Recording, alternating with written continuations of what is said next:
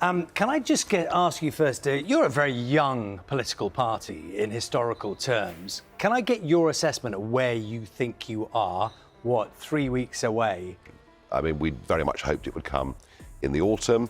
It's been rushed upon us. I hummed and hawed as to what to do. I finally decided I'd come out of retirement and have another go. Look at the Times newspaper today. You'll see in the YouGov poll, we've overtaken the Conservatives. We're lying second, albeit with Labour at the moment some way ahead. So we've had a phenomenal start.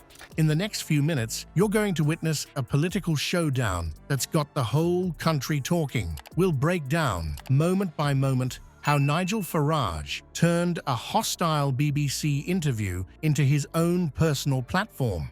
You'll see the exact statistics he used, the clever tactics he employed, and the precise instant when the host realized she'd lost control. By the end, you'll understand why this interview might just be a turning point in British politics. As Nigel Farage stepped into the BBC studio, the atmosphere crackled with tension. The host, armed with a barrage of questions, seemed determined to catch Farage off guard. But what unfolded next left viewers stunned and questioning everything they thought they knew about the controversial politician. The interview began with a rapid-fire assault on Farage's immigration claims. The host, clearly prepared for a confrontation, challenged his assertion that a migrant a minute was entering Britain. For a moment, it appeared Farage might buckle under the pressure. I do want to kind of clear up figures. What did you get? Every 2 minutes, a new home is created for a migrant? A migrant a minute comes to Britain.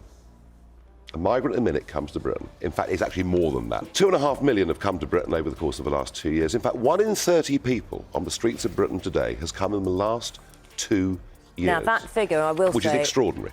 Here's the thing. Half of those that have come aren't coming to work. They're coming as dependents. Where did you get that figure? 52% that have come as dependents. We've even allowed 125,000 people... Who in the future could work, yeah? Then, something unexpected happened. With a calm demeanor that belied the hostility directed at him, Farage began to counter each accusation with laser-sharp precision. He didn't just defend his position. He went on the offensive, armed with an arsenal of facts that left the host visibly shaken. Farage's claim of a migrant a minute wasn't just rhetorical flourish. He backed it up with hard numbers, stating that approximately 2.5 million migrants had entered the UK over the past 2 years. The host's attempts to dismiss this figure fell flat as Farage elaborated, pointing out that this influx meant 1 in every 30 people on British streets had arrived during that time frame. But Farage wasn't done. He dropped another bombshell, revealing that 52% of these migrants were dependents. This statistic, he argued, raised serious questions about the strain on public services and the economy. The host's composure began to crack as Farage methodically dismantled her arguments, exposing the gaps in her own preparation. As the interview progressed, it became clear that the BBC's strategy had backfired spectacularly. Their aggressive questioning, meant to corner Farage, instead provided him with a platform to showcase his command of the facts. The tables had turned, and now it was the host who appeared flustered and unprepared. The aftermath of this interview sent shockwaves through the media landscape. The BBC found itself under scrutiny, with viewers questioning the network's impartiality. In a telling moment, BBC presenter Geeta Guru Murthy was forced to apologize for describing Farage's language as inflammatory after complaints of bias poured in. As the dust settled, one question lingered in the minds of viewers. Had the BBC grossly underestimated Nigel Farage? This interview, intended to be an ambush, had instead become a showcase for Farage's political acumen. It left many wondering if they had misjudged not just Farage, but the entire narrative surrounding immigration in Britain. Reform UK's membership has exploded, leaving many wondering what's behind this sudden surge. Nigel Farage's recent media appearances, particularly his masterful handling of the BBC interview, have undoubtedly played a pivotal role in reshaping public perception. Once dismissed as a fringe figure, Farage is now commanding attention on a national scale. The contrast between Farage's rising star and the established party's apparent decline is stark. While traditional politicians struggled to connect with voters, Farage's direct communication style seems to hit the mark. He speaks plainly about issues like immigration and national reform, cutting through the political jargon that many find off-putting. This approach resonates deeply with a frustrated electorate who see in Farage a voice of common sense in an increasingly confusing political landscape. Farage's trajectory bears striking similarities to other political outsiders who've risen to power.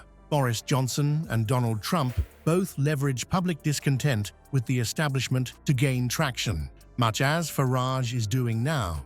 These figures proved that being viewed as an outsider can be a powerful asset in modern politics. But could Farage's Reform UK actually overtake major parties in the polls? It's a question that would have seemed laughable just a few years ago. Yet, as Farage continues to dominate public discussions and tackle sensitive topics head-on, the possibility seems less far-fetched. His willingness to engage in high-pressure interviews without dodging tough questions has made him a serious contender.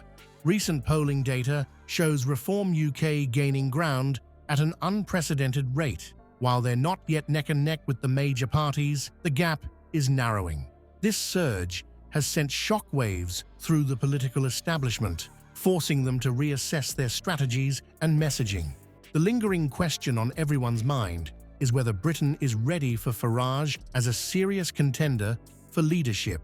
Expert analysis suggests that if his popularity continues to rise, Farage could transition from being a leader of a movement to potentially leading a government. This would mark a seismic shift in British politics, challenging the very foundations of the current system. Farage's ability to reframe the narrative around immigration and position himself as a champion of common sense has been crucial to his success. As the political landscape continues to evolve, one thing is clear: Nigel Farage can no longer be dismissed as a mere troublemaker on the fringes of British politics. Whether you love him or loathe him, his impact on the national conversation is undeniable. Nigel Farage's performance in the BBC interview has sent shockwaves through British politics. His masterful handling of tough questions and command of immigration statistics have forced even his harshest critics to reconsider their stance. This isn't just about one politician's moment in the spotlight. It's a potential turning point that could reshape the entire political landscape. The public's reaction to this exchange has been nothing short of seismic. Social media is ablaze with discussions, and traditional news outlets are scrambling to analyze every moment of the interview. It's not just Farage's supporters who are taking notice. Even those who've long dismissed him are begrudgingly admitting that he might be onto something.